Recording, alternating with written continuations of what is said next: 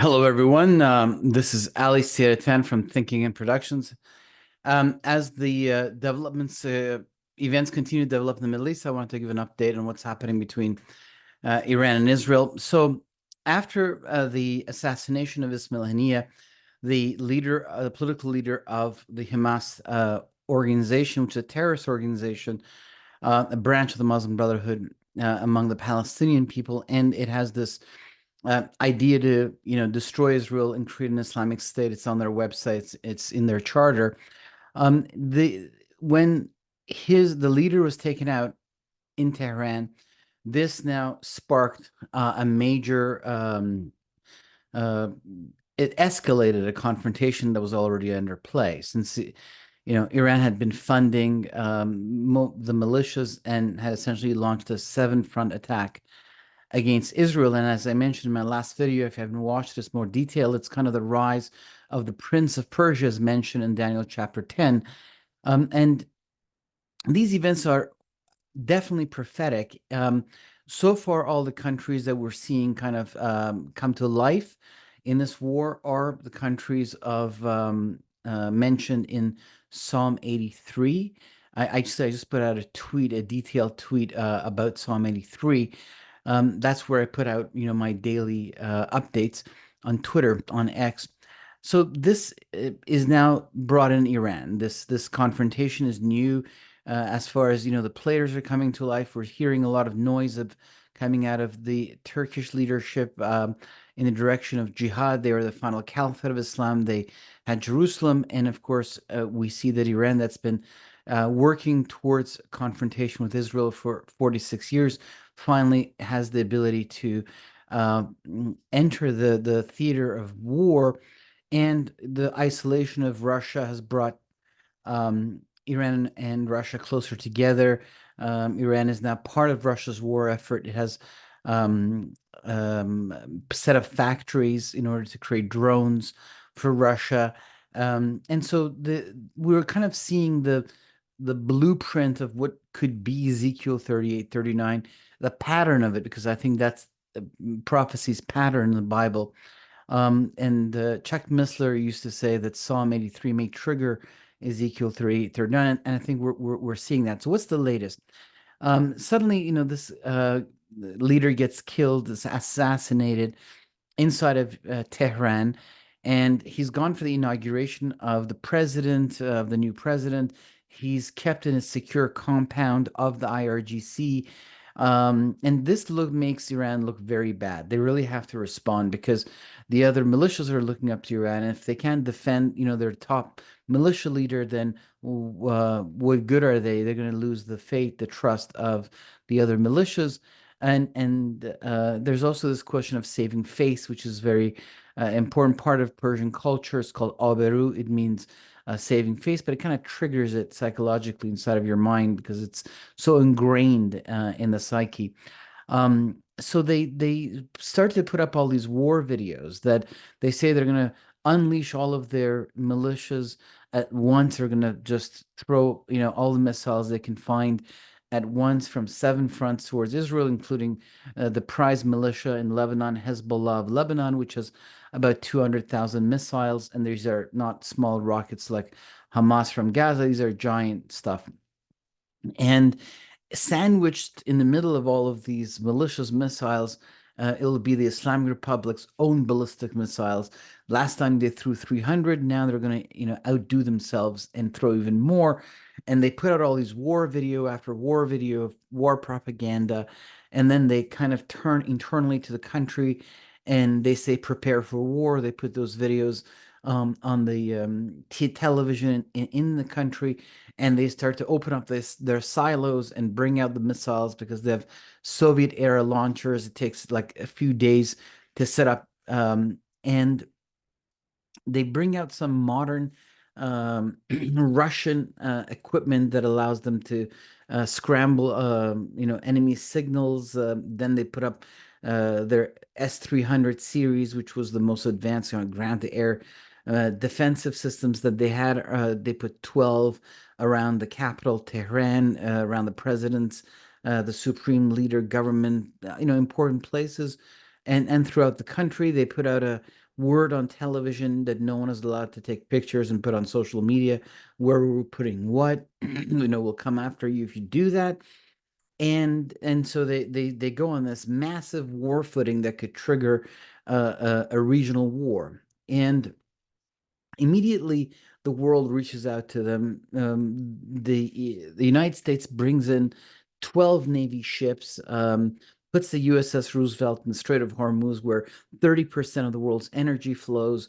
And they've always threatened that they've put mines underneath there and they can blow it up in a final confrontation with the world, with the United States. So America moves in to secure the world's energy, brings, the firepower of basically two nations, parks it in the Mediterranean, in the Red Sea, and in the Persian Gulf, brings the B-2 bombers to the American Air Base in Qatar, the largest one in the Middle East Central Command for Middle East. And those bombers they're the only bombers that carry the bombs that can destroy Iran's main nuclear facilities, which are built underneath the mountain. So basically, if you kind of go to Mesopotamia, which is called Iraq, um, and there's a border between Iraq and Iran, and that border is a giant mountain range. It goes all the way from the south of the Persian Gulf through, up Iraq and then up into Turkey. And those are the mountains of Ararat. And there is, one particular mountain that was identified at some point as being the Mount Ararat. So that's kind of, where tradition believes that the Ark of Noah landed. And if you kind of go up the mountain and then you make an L, there's another mountain range that's by the Caspian Sea and forms the border between, Iran and Russia. And so there's a 1,500 kilometer border that Iran and Russia share. So that L is very high. Those are like, 12,000 feet mountains. And so Iran is the plateau that is sitting between this L-shaped mountain. And if you kind of take the Germany, France, and Poland, and you stick those three countries together, you still don't get Iran. Iran is larger than France, Germany, and Poland combined together. And so they have this lots of places they can build their nuclear stuff, but there's one they've put underneath a mountain, and they've poured concrete in the mountain, under the belly of the mountain, and then they've built the nuclear facilities under the concrete, under the mountain.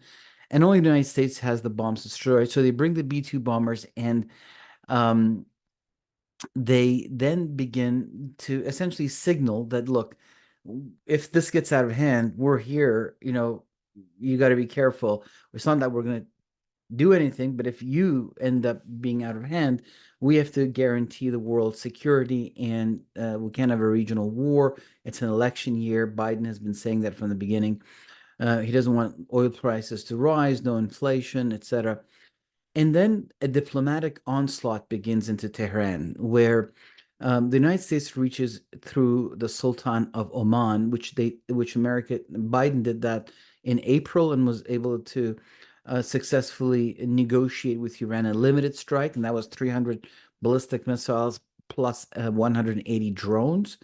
I don't know how limited that is. I often get the feeling the idea is, look, you can terrorize the Jews, you can terrorize Israel, but as long as it remains focused on that and doesn't affect the rest of us. So it's not so much that, they tell them, listen, you're an apocalyptic cult that wants to destroy the state of Israel because of its own, dark ideology. You don't have a territorial dispute with Israel. You're getting involved in the war of somebody else, and you're threatening the world's security. You even shoot a single thing, and we're gonna collapse your economy or something. There's, something that's very in the Middle East is kind of a very tough type of place unless you're really speak with force and strength. You don't get peace. They don't take you seriously. They're like, oh, okay, there's a lot of wiggle room here, it seems. So the Biden reaches through the same procedure as last time, through the Oman, but this time they're not very responsive. They're like, no, Israel's crossed the red line. So then the ambassador of Jordan is sent into Tehran with a message from America, And other countries, everybody calls them. China calls them. The European countries call them. And apparently Macron from France says, "Look, you got to wait until after the Olympics because there's been about 100 terrorist attacks that have been stopped in Paris during the Olympics, and these guys fight asymmetric warfare, meaning that they may also blow up Jewish interests in countries like France, or ignite terrorist attacks as part of their war effort." So Macron was like, "No, don't do this." And then the Russians come over to Tehran. The General Sergei Shoigu comes, a hero of the Russian Federation. He comes over and he then negotiates with the Islamic Republic more advanced weaponry deployment there. Why? Well, they ask for it. They realize this is a good opportunity because they've really gone on their war footing in the name. They can maybe right now use this and say, "Look, we've been asking for these more advanced weapons from you for a while. We're your ally. We're helping you." The Islamic Republic finds itself kind of part of the Russian Chinese block of power, and you fortify us essentially in order to fortify your own block of power, and we're getting more and more embedded. The Islamic Republic took advantage of the war in Ukraine and reached into Russia and made itself more indispensable in order to build its global alliances. And it also signed a $400 billion energy deal with China in order to secure its energy. You now sanction heavily the energy of Iran. You're essentially sanctioning the energy flow to China if you really want to go all out, right? Even though there are other ways around that, not only for Iran, but also perhaps energy can flow into China otherwise. But still, it's a $400 billion, energy deal. So this is how they secure themselves. And the Chinese and the Russians have their own disagreements with the United States about a multipolar world. The Biden administration continued, the same policies of as President Trump when it comes to economic war with China. And Biden completed the withdrawal from Afghanistan and left all those weapons behind for the Taliban, and by the way, has been giving a lot of humanitarian aid to them since the United States left, and 21 Islamist organizations have set up in Afghanistan. So if we're talking Ezekiel 38, 39, those stands of Russia would be part of it, and they really have gone Afghanistan, Tajikistan, Uzbekistan, Turkmenistan. They have gone the way of Islamic fundamentalism, but especially Afghanistan has become a hotbed since the Taliban took over, and this Taliban is Muslim Brotherhood, the same as Hamas, and they both have offices in Doha, Qatar.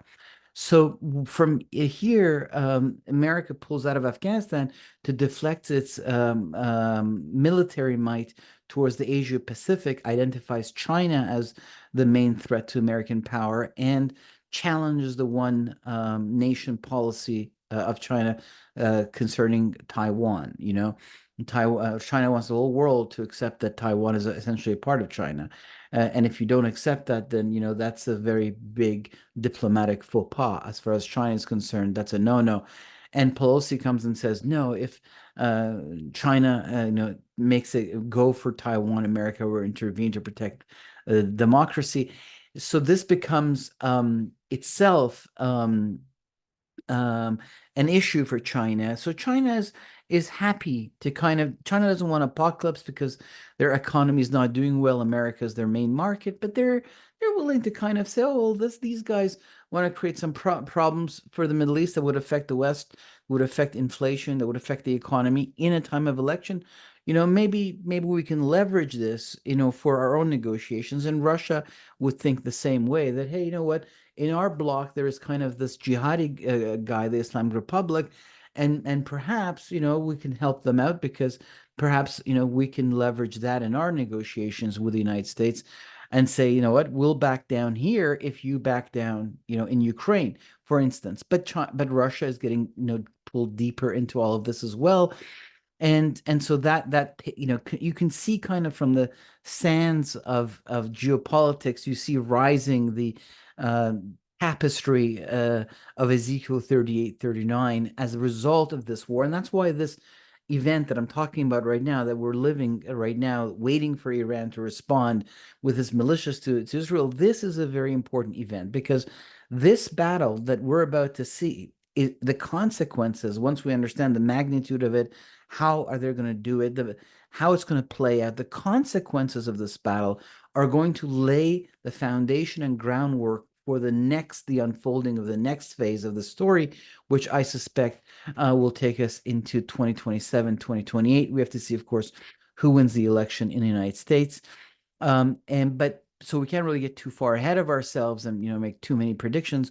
So, but the focus on this battle is that the Russians come in and they agree to give some more advanced weaponry to Iran. So the Iran uses this to fortify its military defenses, and there's two things they really want from Russia. One is the S-400 series, which is a very advanced missile system, and they want the Su-35 jets that Russia has been promising for a very long time to match Israel's F-16s. But they don't give it because Russia traditionally uses Iran as a bargaining chip with the West. It did that in the British colonial days as well. It holds back something and says, "Look, I'll give this to them if you don't give me what I want," type of thing. So there's a bit of conflict, but Russia agrees to give some stuff. But with General Shoigu, Putin sends a letter to the supreme leader of Iran, who is the most important, decision maker of the country. He's like the king and the pope wrapped into one. And Article 5 says he's the representative of God on earth. And he goes on television and says that he channels God and all that. So Putin sends him a letter and says, "I don't want a regional war. Don't start a regional war." That's what he says in the letter, and it's publicly stated in the news with the content of the letter. And so what that means is I'm not going to back you if you go that far into this response. I'm not going to back you. So, and the reason it's kind of put out publicly is because I think the supreme leader wants to let the rest of the world and his own hardliners who are younger than him and very hot-headed. There was a video at the funeral of Ismail Haniyeh in Tehran where he was looking up scared that he declared a no-fly zone for the funeral, that Israel might take him out. So he's kind of a little bit afraid. So he's cautious, more cautious than the younger people that are very adamant and into the end times eschatological views of Shiism that involve the attack against Israel. And the people that the very bulldogs he's cultivated. So I think he lets that letter out so that he sends a message, hey, look, the Russians are also asking us to calm down. And so the diplomatic onslaught into Tehran and the military presence of the United States, and the United States continues every day. There's more American military equipment coming down to the U.S. Air Base, well, our Army base. So the F-22 Raptors, the most advanced jets in the whole world, are now set there. They arrived today, and the idea is to strike the launchers in Iran. If ever they went crazy with their missiles, you take out the launchers, and those things move too fast. They can't get them. Take out the launchers. It doesn't matter how many missiles you have if you don't have stuff to launch it with, right? And there's also new planes for surveillance that have just come from America into the Middle East that surveil, in addition to the outer space radar system that can watch what's happening on the ground. There's now, even more planes have come. So meanwhile, Iran continues to not only build up its, military and put up its war propaganda, but listen to the world at the same time. It witnesses this American presence that comes to streamline the fight, but then it continues to move forward with its, declaration for a consequence to Israel, a revenge of some kind.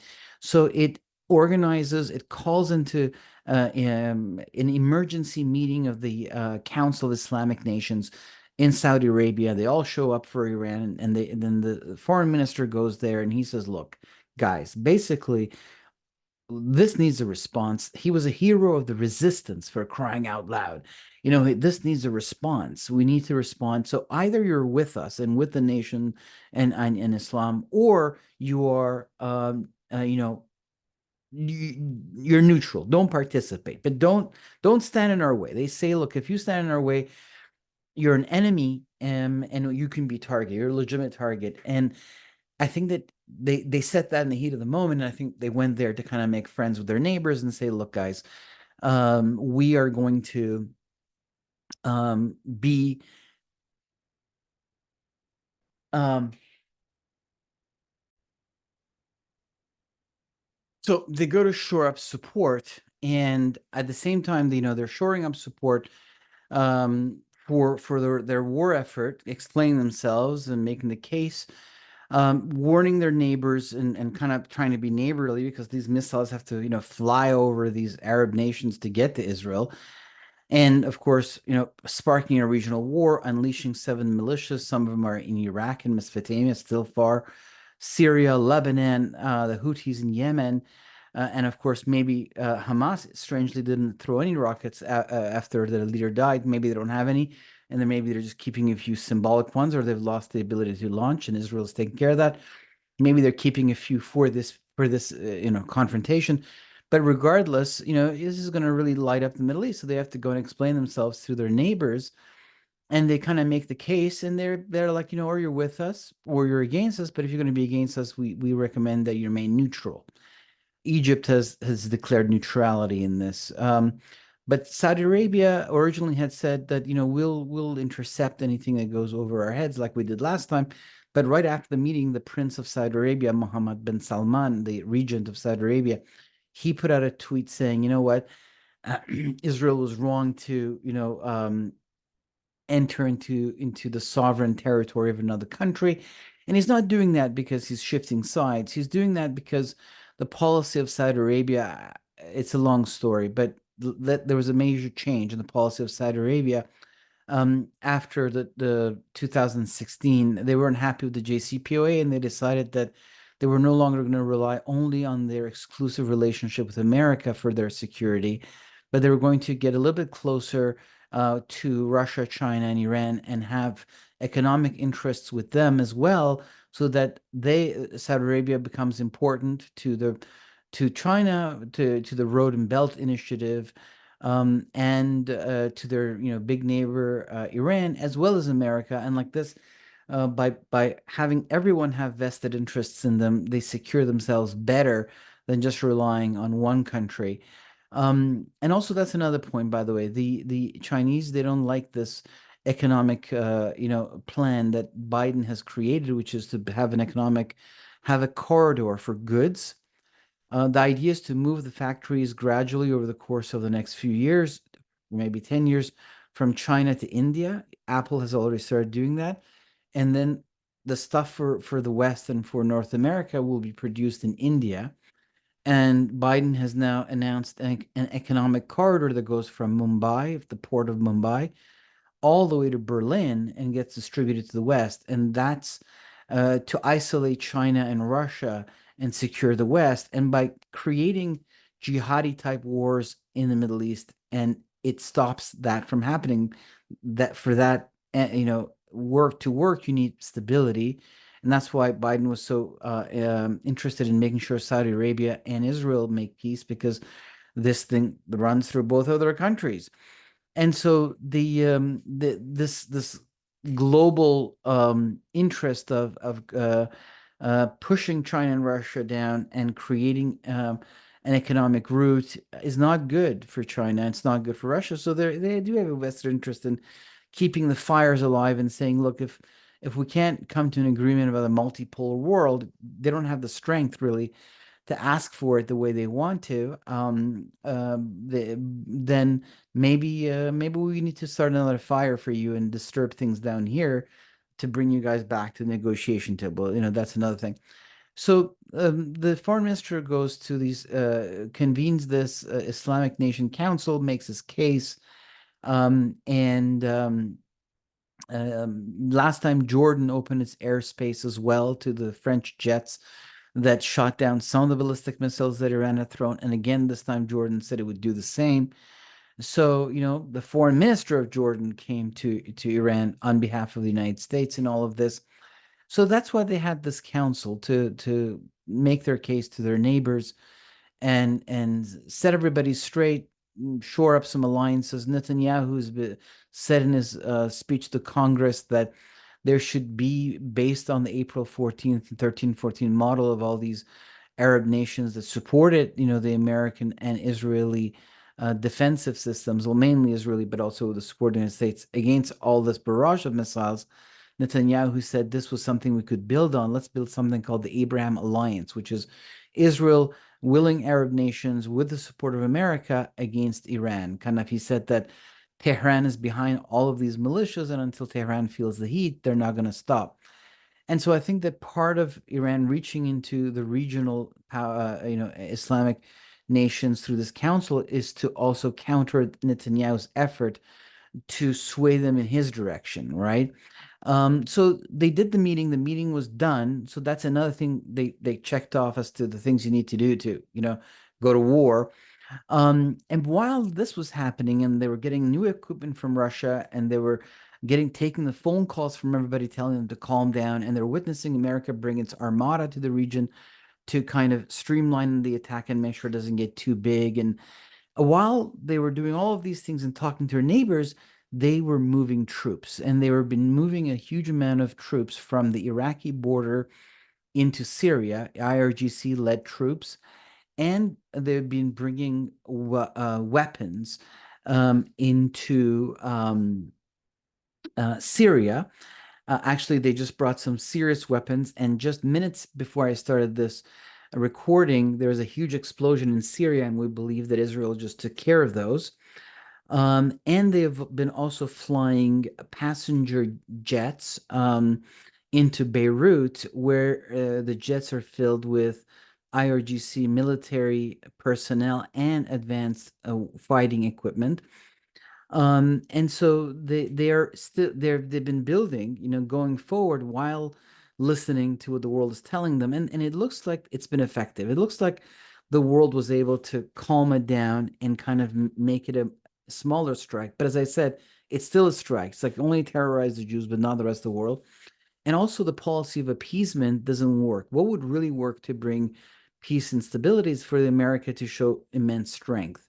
But by kind of pulling back on Israel and saying, you're watching all this buildup, but don't worry, we'll be the guarantor of peace. And don't start shooting things and escalating that. You're watching these guys getting ready, but calm down. And telling Iran to calm down, America is trying to be the policeman, but actually all that this does is it allows them to build and shows a weak West in their thinking and kicks the ball down the road and sets up Ezekiel 38-39. So we're kind of now seeing, these things happen.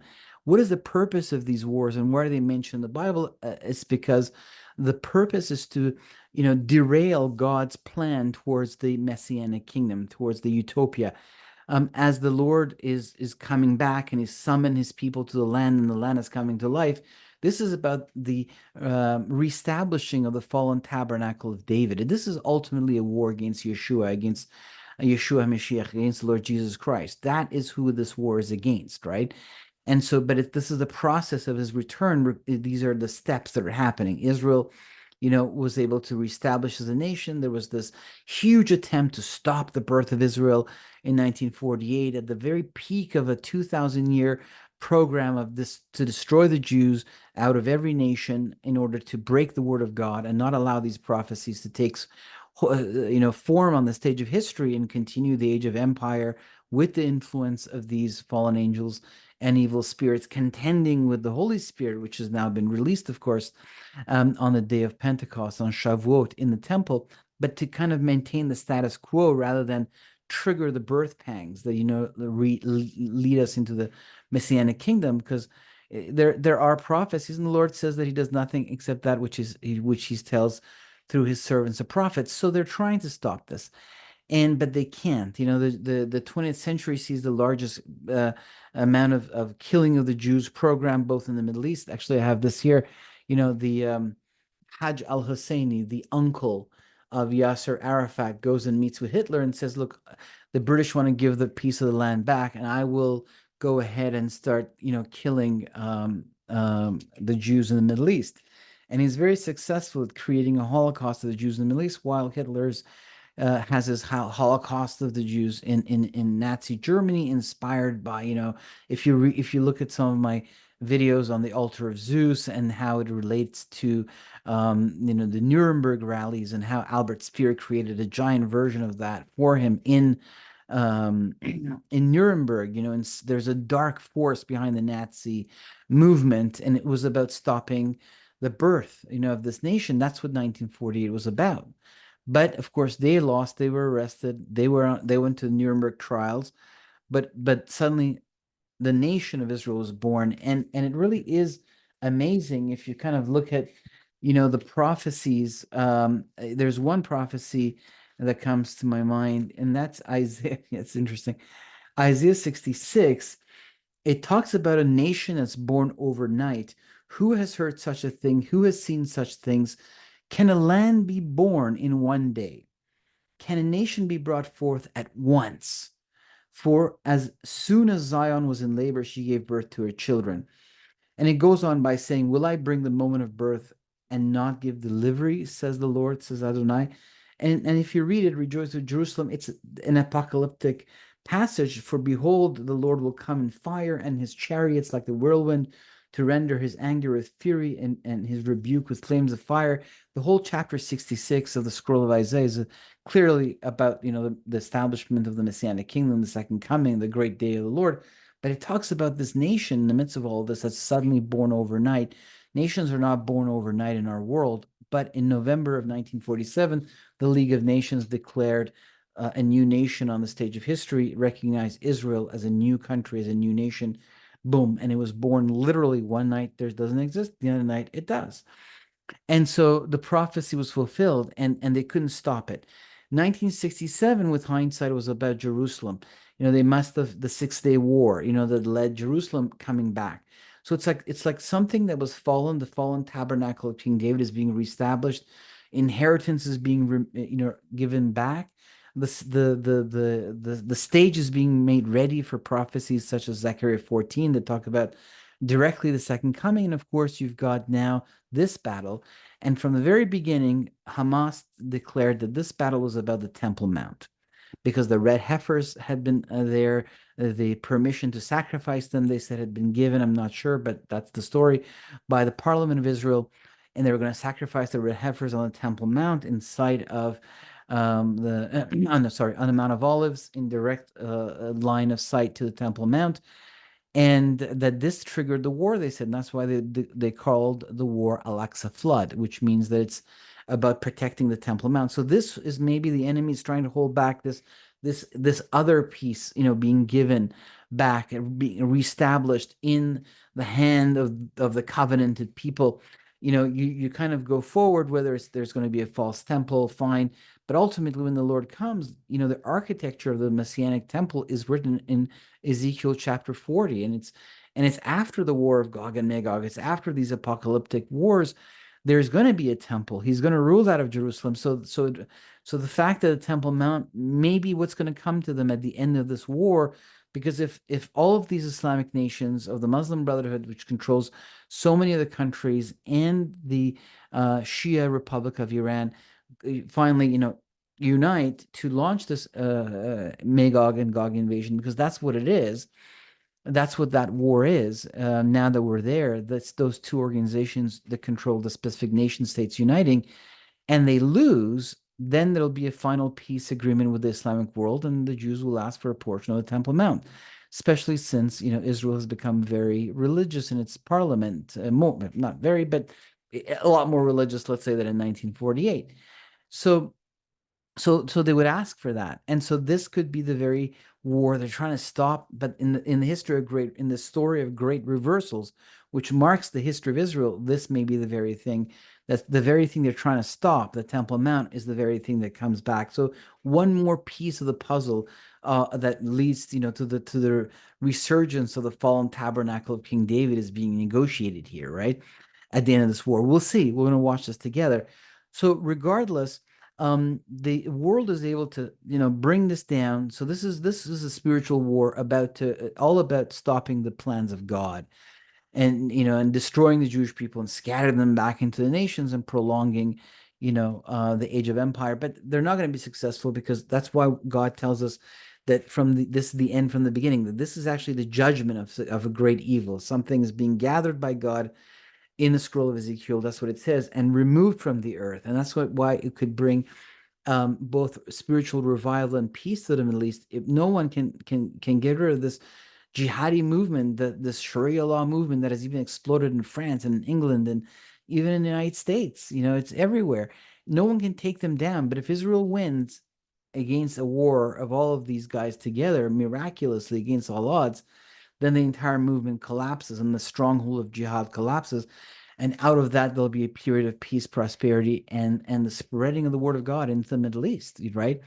Before the next birth pangs kick in. So I think that there's a lot to be said for what the Lord is doing here in the Middle East right now. So the world is able to simmer these guys down, but these guys also are able to take advantage of this to shore up some of their internal technology, make the case for an eventual war. They're like, look, we may not, we're going to go. They start saying, around 2027, 2028, because they have this thing called the 80-year prophecy that they're very focused on. They've calculated that from the kingdom of David to the civil war was 80 years. From the victory of the Maccabees to the Hasmoneans becoming subject to the Roman Empire was 80 years. They have this idea that after 80 years of, Israel has initial moment of victory, like in 1948, but 80 years later, it seems that the pattern of its history, that it becomes weak and ripe for judgment, and they are the righteous of God, the servants of Allah. They're going to administer this judgment. So we'll see if the war, but so in some ways, by appeasing them, their assets are preserved and they're about to build, but still they need to give a response. And that's what we're looking for. So it looks like the response has been diminished through international intervention, but the second in command of Hezbollah, the best friend of Nasrallah, the leader of Hezbollah, the cleric, politician, leader of Hezbollah, his second in command, which really was the leader of the armies of Hezbollah, he was the first in command militarily. He was killed by Israel because he was in charge of precision guided missiles that hit the 12 kids in the Druze village in the north of Israel. And 24 hours, within a 24-hour, 48-hour cycle, Israel also seemingly took out, the leader of Hamas in Tehran, even though there's no evidence that anyone has put saying this is Israel, but that's the story and everyone's going with it. So for all intent and purposes, that's the reality, that it was Israel. Israel took out these two guys. So Hezbollah is very eager to take revenge, and it's saying it's enough. And Nasrallah even put out a message saying that he's ready to be a martyr. And Hezbollah is not under a completely direct command of Iran, even though it was created by the Shias in Iran with the help of the Russians and the whole incubation chamber of the Middle East, where the Islamist and Marxist movements, came together to create this all of these militias, including this movement that has now come into the world. The Islamist Marxist movement this is the spirit of the Antichrist, the spirit of the pseudo-Messiah, of the anti-Messiah, that seeks to replace the vision of the Messianic kingdom with either the Caliphate or the Marxist utopia. It competes with the Lord, right? It combines together. That combined together in the Middle East, and part of that, many militias came out of that, including Hezbollah, which it receives money and missiles from Iran. It's a Shia, but it's a Shia Lebanese militia made of Lebanese people who are Shia. So it has a bit of independence, and they're eager to go. So it looks like, from what I'm seeing on the news cycle and on the ground, and I'm following this very closely. And if you follow me on X, that's where I talk about this more regularly, which is at UFOs, Angels, Gods. If you go to my website, thinkagainproductions.com, scroll to the bottom, click on the X. There, what we're seeing is that it looks like they really are focusing their their army, the militia army that's run by the IRGC. It's a hybrid army of Iran into the Middle East, local soldiers, Iranian commanders, that they're focusing that in Syria and in Lebanon itself. It looks like they're really going to use, it seems maybe Hezbollah as the leading edge of their attack, we'll see if they actually throw any ballistic missiles directly from Iranian territory. I suspect they may, but we'll see. But it looks like it's going to be mainly a war of the militias, and Hezbollah is eager to take part. Now, what's interesting is that Israel has been warning Hezbollah, don't, because if you do, we're going to have to really take care of you. They want to secure the northern border and they want people to move back into our homes in the north. Hezbollah has launched over 6,000 missiles on Israel since October 8th. And they're like, you got to stop. And there is no comprehensive ceasefire. America and hasn't been able to negotiate one to release the hostages and end the war. And the madman who's in a dungeon under the ground with 115 hostages around him is now the leader of Hamas, Sinwar, and he won't give it up. So Hezbollah is now eager to take its revenge, and it seems that fortifications have come from Iran. So today, the Minister of Defense of Israel, Gallant, wrote a letter in Arabic to the Lebanese people and said, please remember the lessons of 2006 and how horrible it was. We do not want to come in, but because they embed themselves in the population, if they have to go in, it will disturb the cities of Lebanon. And so Israel is doing its best not to take it there, but these guys won't give up, and they're getting ready according to their ideology because they feel that the Bible is a canceled religion, that Israel is the manifestation of an abomination, of an aberration that shouldn't exist, because now Islam is the religion of the world, and so they are going forward to carry out this war. They believe Israel shouldn't exist. The Jews are just, the Marxist propaganda that was put in their heads is that the Jews are just representatives of Western imperialism. They have nothing to do with this land. And so they're coming, deceived by their own vision of reality. And of course, Israel has to defend itself, and it's a small country, so it has to strike at the launchers of Hezbollah and destroy the most elite commando unit that Hezbollah has, which is a formidable fighting force right away. And we'll see. So we'll see how this war goes, but it looks like it's shaping up. It looks like there's going to be a response. It looks like Hezbollah is going to play a role in it. That's major. It looks like it's going to come from the militias. It looks like international pressure and the presence of American armament has calmed things down as far as a massive response from Iranian territory. But whatever this war is, if Hezbollah gets destroyed or weakened terribly, then it will now bring about the national armies will have to kick in. That's why countries like Turkey and Iran will have to see. Turkey is the main country to watch for Ezekiel 38, 39, because obviously Iran is already in war with Israel and controls a massive piece of land like the old Persian Empire. It can be a land bridge from Afghanistan. It has a to the Mediterranean, has militias everywhere. Turkey is kind of a pivot country. It has a European side to its history with Constantinopolis. It's part of NATO. But it has connections through the Baltic, with the Slavic people of Russia, and of course, it was the last Ottoman Caliphate, the last Caliph of Islam.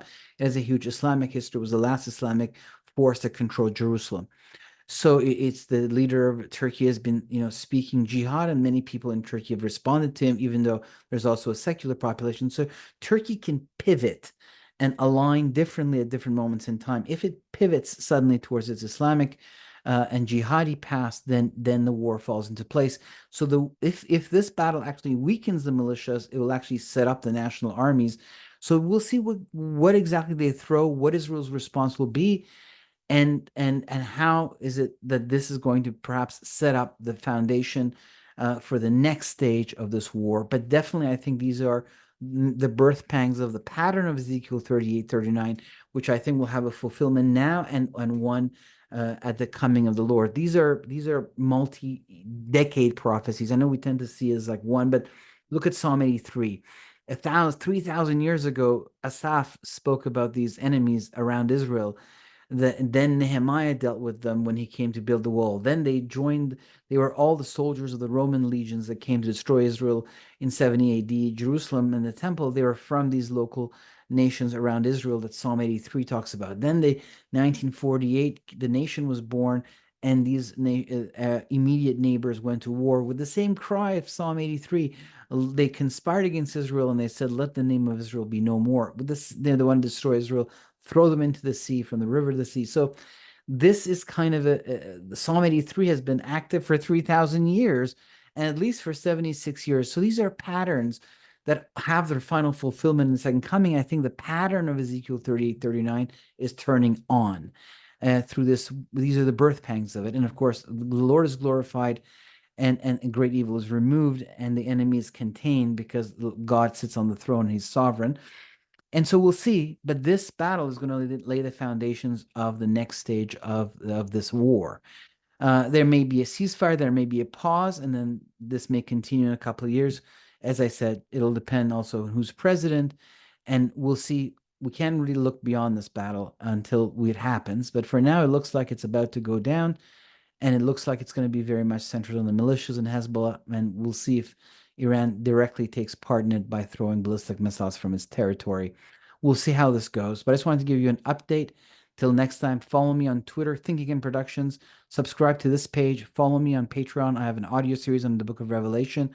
Support me there, the ministry, and also sign up for the Twitter at UFOs, Angels, and Gods, which is also my Facebook at UFOs, Angels, Gods. Follow me on both of those social medias. God bless you. Till next time.